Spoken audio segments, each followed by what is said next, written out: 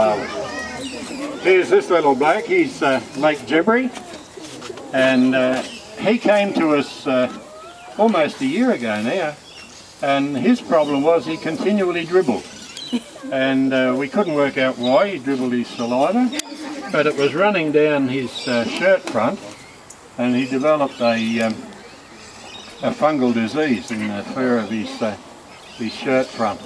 Yeah, so we'll miss Valerie, lovely to work with, and you can see the koala.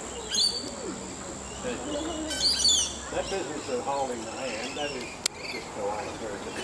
When they're eating their leaf, they pull the branch towards them. Very good sense of smell, and they sniff everything to check out that it's going to be satisfactory to eat. And they decide which part of the leaf they're going to eat. They have to eat 500 grams per kilo of leaf every day, and they have to crunch it up very, very small to release a little bit of nutrition within it. The leaf that they eat is, in good times, is 65% water, about 30% yeah, that's it. It's amazing, isn't it? Nutrition. So they have to eat up to a kilo, crunch it up very small. Look at those talons.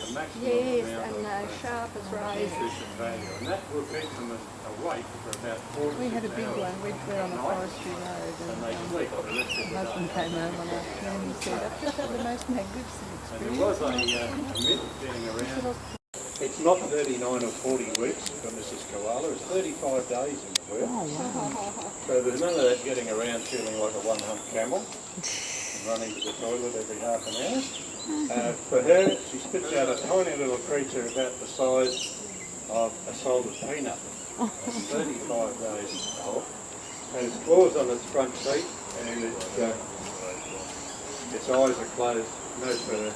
And this tiny little creature clambers through the belly fur up into mum's pouch, which is low down between the hips.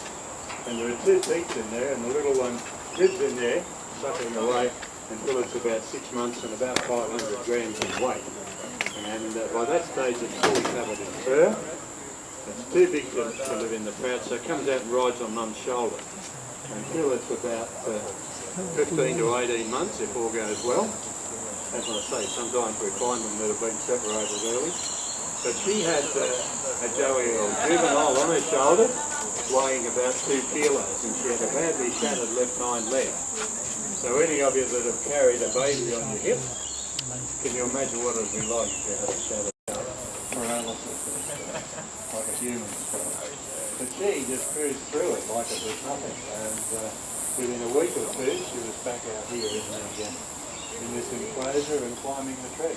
It's a bit of a funny climb because she's only got the one hind leg, but she makes a good job of it, and we're looking after her for as long as she's got, because it would be cruel to release her into the wild because she's a beautiful animal and she would probably breed again, and it would not be possible for her to carry a Joey on the shoulder with only one hind leg. So we're looking after her. We've got her out of fellow license, so permanent for everything.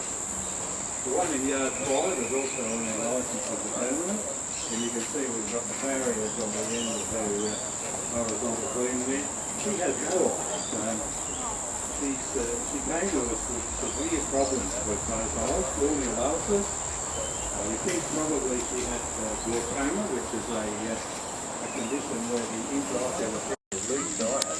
They make about 150 fluid a day. And so every morning at 8 o'clock, one of our doctors spilled leaf and leaves. So then they get fresh leaf at 8 o'clock every morning, and freshened up with a spray of water at this time every afternoon, so then they go on during the night. So we reckon that's 6.5 days. And she'll be with us for as long as she's got.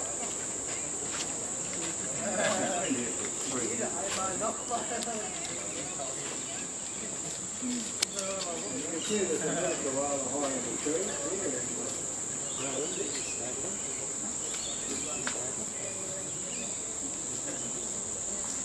This is actually Joey.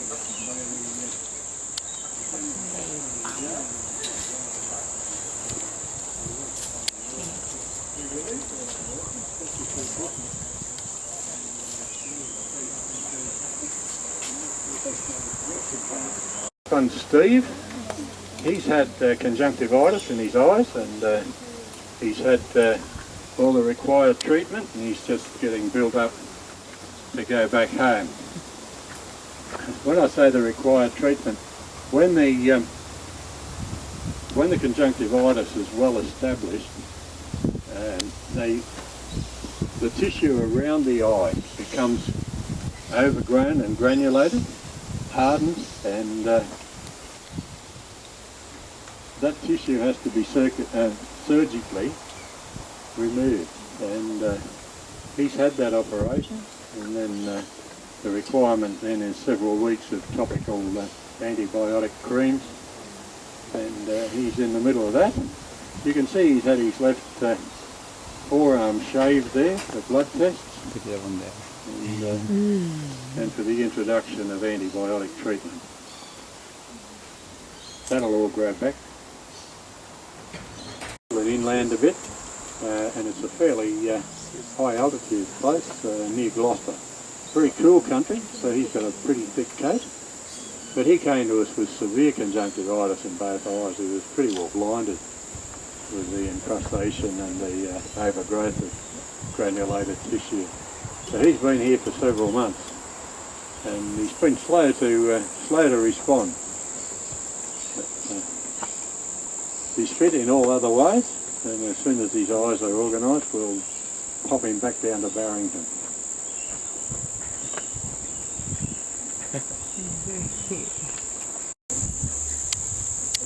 He nearly turned himself inside out to get that.